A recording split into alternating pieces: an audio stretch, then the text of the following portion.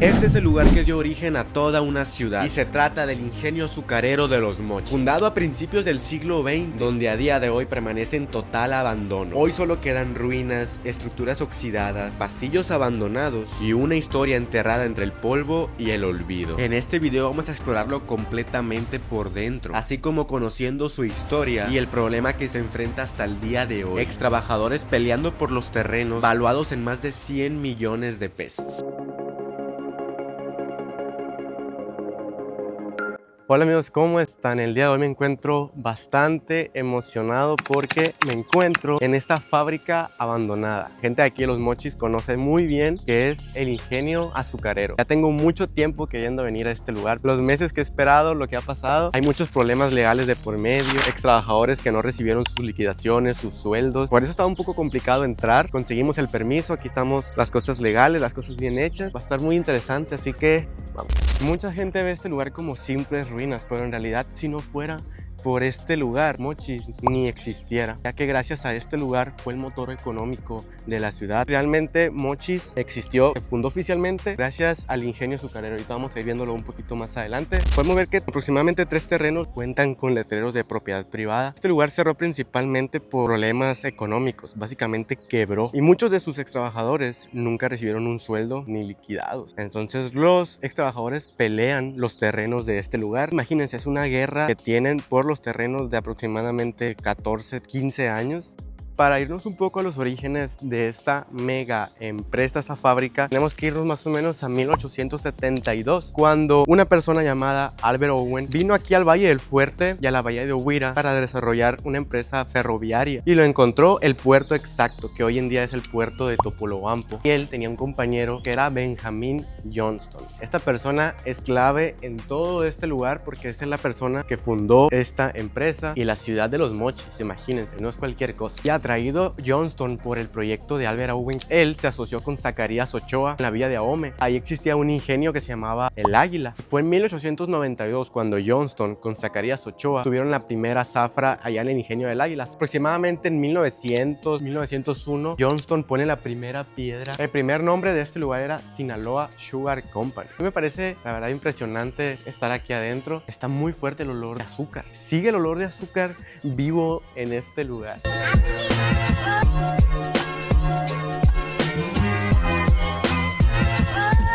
La primera zafra de este ingenio, es decir, la primera cosecha y molienda de caña, algunos dicen que fue en 1902, otros en 1903, pero lo realmente importante es que fue un paso enorme para la región. Pues imaginen, en esa primera zafra se molieron 21,000 toneladas de caña, que para ponerlo en perspectiva, eso equivale a llenar más de 25 camiones de estos solo con azúcar, donde la capacidad del ingenio en ese entonces era de 200 toneladas de caña al día. Y está de más decir que todo esto fue hecho con tecnología muy básica comparada con la actual, pero fue el inicio de una industria que creció muchísimo con el tiempo. Y este que está aquí a un lado de mí es el primer edificio de Los Mochis, la destilería La Victoria. Este lugar estaba pensado y fue diseñado para la elaboración de alcohol. No era simplemente de azúcar. ¿Se acuerdan que hablamos del ingenio del Águila en Ahome? De ese ingenio se trajeron para acá un equipo. Vamos a conocerlo por dentro.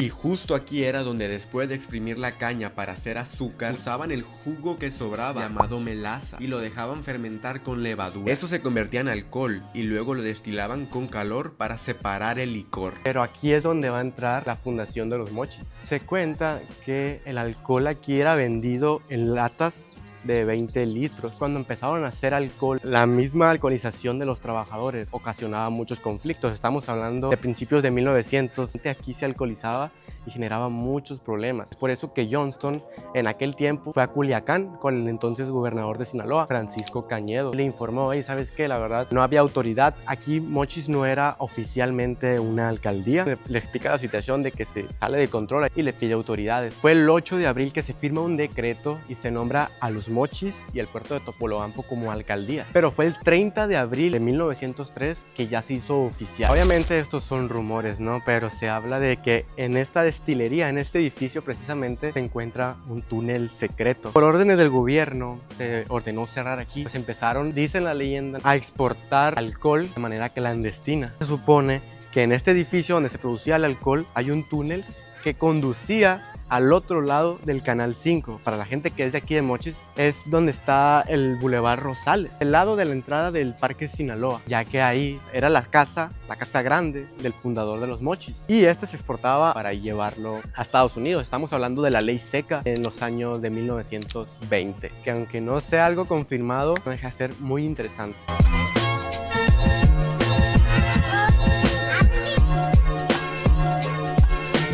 Y vean, aquí están haciendo como una plaza, ya tiene tiempo parado, ¿no? Se habla de que aquella estructura que vemos de aquel lado va a ser una vinatería, pero ya tiene tiempo así estancado, como una mini placita. Esto tal vez sea un estacionamiento. Y obviamente todo esto genera mucho conflicto entre los mochitenses. Hay gente que sí dice, no, pues este lugar ya todo abandonado, deteriorado, que lo vendan, que lo tumben, que hagan lo que sea. Porque también se habla de que quieren ampliar la calle, para los que son de aquí de Mochis, la Vicente Guerrero, que va a atravesar todo el ingenio y llega hasta la Plaza Paseo. También el edificio, la destilería, también se planea hacerla un museo. Mucha gente dice, hagan un parque fundidora como el de Monterrey. Díganme en los comentarios ustedes qué opinan, que vendan historia de los Mochis. Hablar del proceso de la creación de azúcar puede llegar a ser algo complejo, pero a grandes rasgos, lo que se hace en un ingenio es que después de sacar el jugo de la caña, se calientan tanques especiales llamados evaporadores. Ahí se les va quitando el agua poco a poco y el jugo se vuelve cada vez más espeso, subiendo su nivel de azúcar, lo que se mide en grados Brix. Cuando ya está bien concentrado, se lleva a cristalizar, donde se empieza a formar el azúcar. Esto ya depende del proceso, pero puede salir el azúcar mascabado, que es más oscura y conserva la melaza natural, o azúcar blanca, que se refina y queda más clara.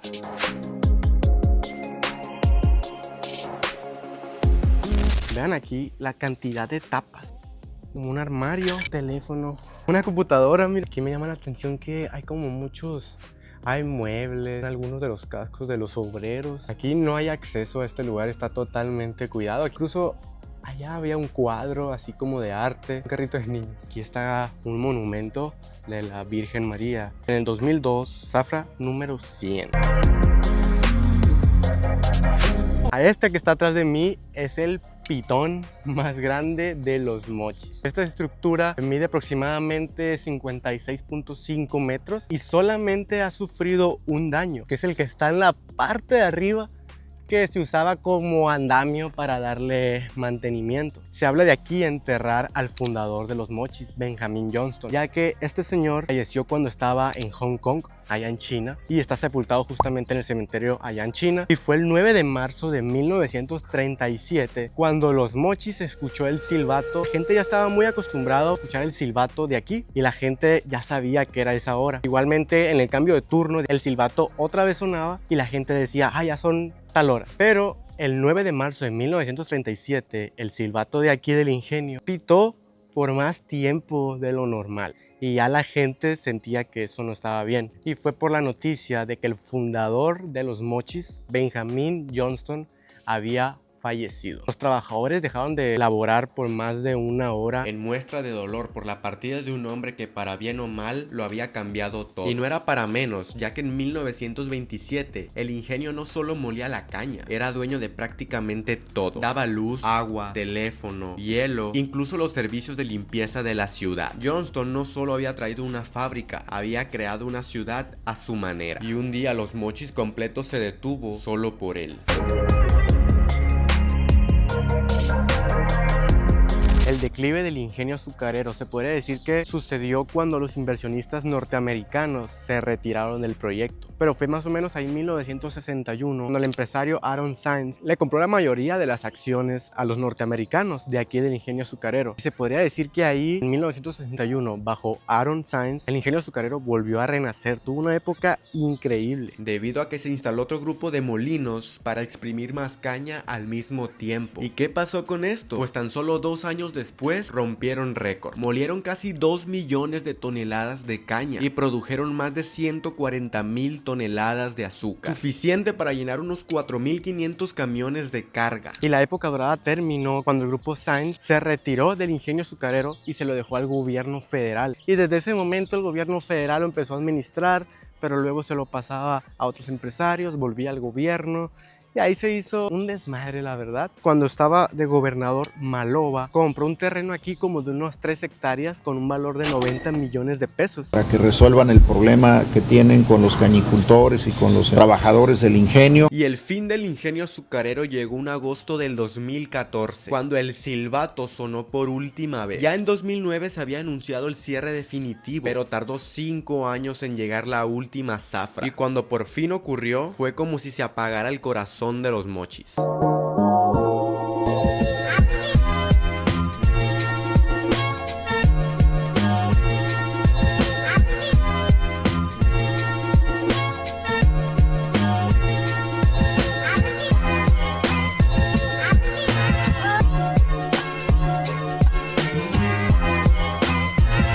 Y justamente de este lado, que hoy en día es el estacionamiento de un museo interactivo, se encontraban las oficinas de la compañía azucarera. Estas estaban más o menos desde 1904. Recientemente, más o menos ahí como por el 2007, las derrumbaron. Aquí les voy a poner unas imágenes más o menos de cómo se miraba. Y hoy en día luce de esta manera.